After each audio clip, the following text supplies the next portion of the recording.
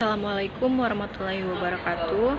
Baiklah, perkenalkan nama saya Ririn Rapika, NPM 1880200005. Saya mahasiswa keperawatan dari Universitas Muhammadiyah Bengkulu.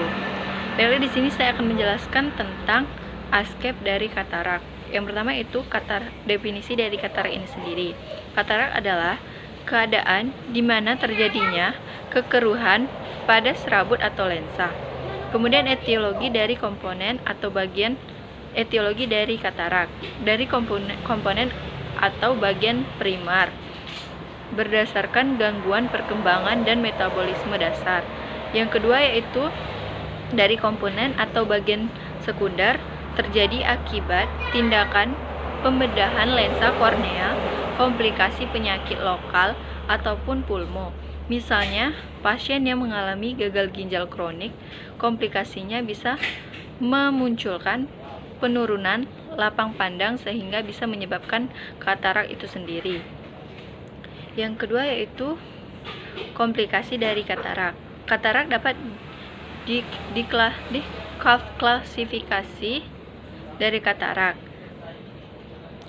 Katarak ini sendiri dapat diklasifikasikan dalam golongan katarak perkembangan dan degeneratif berhubungan dengan komponen-komponen dari usia. Katarak kognital yaitu terjadi di bawah umur 1 tahun. Yang kedua yaitu juvenil yaitu terjadi di atas 1 tahun dan di bawah 40 tahun. Kemudian yang ketiga yaitu senil, usia lebih dari 40 tahun. Yang ketiga ada katarak komplikata, terjadi akibat gangguan keseimbangan sumsul sel lensa oleh faktor fisik atau kimia, bisa juga terjadi akibat kelainan sistematik. Kemudian yang keempat ada katarak sekunder, katarak yang menghalangi sinar masuk ke dalam bola mata atau mengakibatkan turunnya tajam penglihatan mata. Kemudian ada faktor yang mempengaruhi terjadinya katarak. Yang pertama yaitu radiasi, sinar ultraviolet, obat-obatan, alkohol, merokok, dan beberapa penyakit seperti diabetes. Bisa juga faktor lain seperti asupan vitamin. Kemudian yaitu faktor lainnya yaitu juga usia, trauma mata, infeksi, dan penyakit kulit. Kemudian ada manifestasi klinis, terjadi penurunan visus, kemudian siku yang berlebihan. Ada beberapa data objektif terlihat seperti pandangan samar atau redup, susah melihat pada malam hari, bisa juga pupilnya berwarna kekuningan dan putih. Selanjutnya yaitu diagnostik tes, yaitu keratometri, otomosko, kemudian ada juga hitung sel endotel. Kemudian penata laksanaan dari katarak ini sendiri. Ada 2 macam teknik pembedahan. Yang pertama yaitu ektorasi katarak, ekstravaskular atau IC, ekstrakapsuler atau EC, kacamata apabila lensa kontak, implan lensa okuler yang paling sering pembedahan. Kemudian ada patofisiologi dari katarak.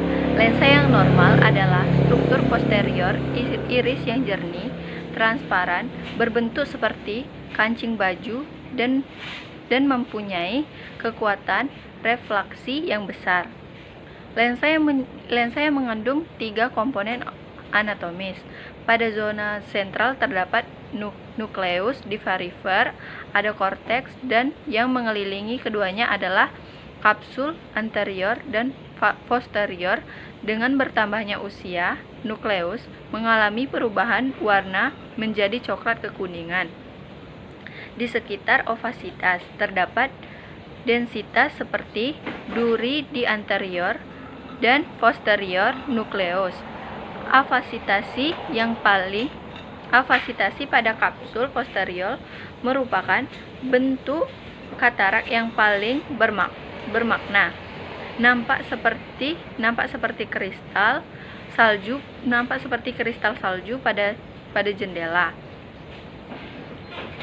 Perubahan fisik dan kimia dalam lensa mengakibatkan hilangnya transformasi perubahan pada serabut halus multifilar atau zonula yang memanjang dari badan siliar ke sekitar daerah di luar lensa. Misalnya, dapat menyebabkan penglihatan mengalami distorsi, perubahan kimia dalam protein lensa dapat menyebabkan koagulasi sehingga mengakibatkan pandangan dan menghambat jalannya cahaya ke retina. Salah satu teori menyebutkan terputusnya protein lensa normal terjadi disertai influx air ke dalam lensa. Proses ini mematahkan serabut lensa yang tegang dan mengganggu transmisi sinar. Teori lain mengatakan bahwa suatu enzim mempunyai peran dalam melindungi lensa dari degenerasi. Jumlah enzim akan menurun dan bertambahnya usia dan tidak ada pada kebanyakan pasien yang menderita katarak.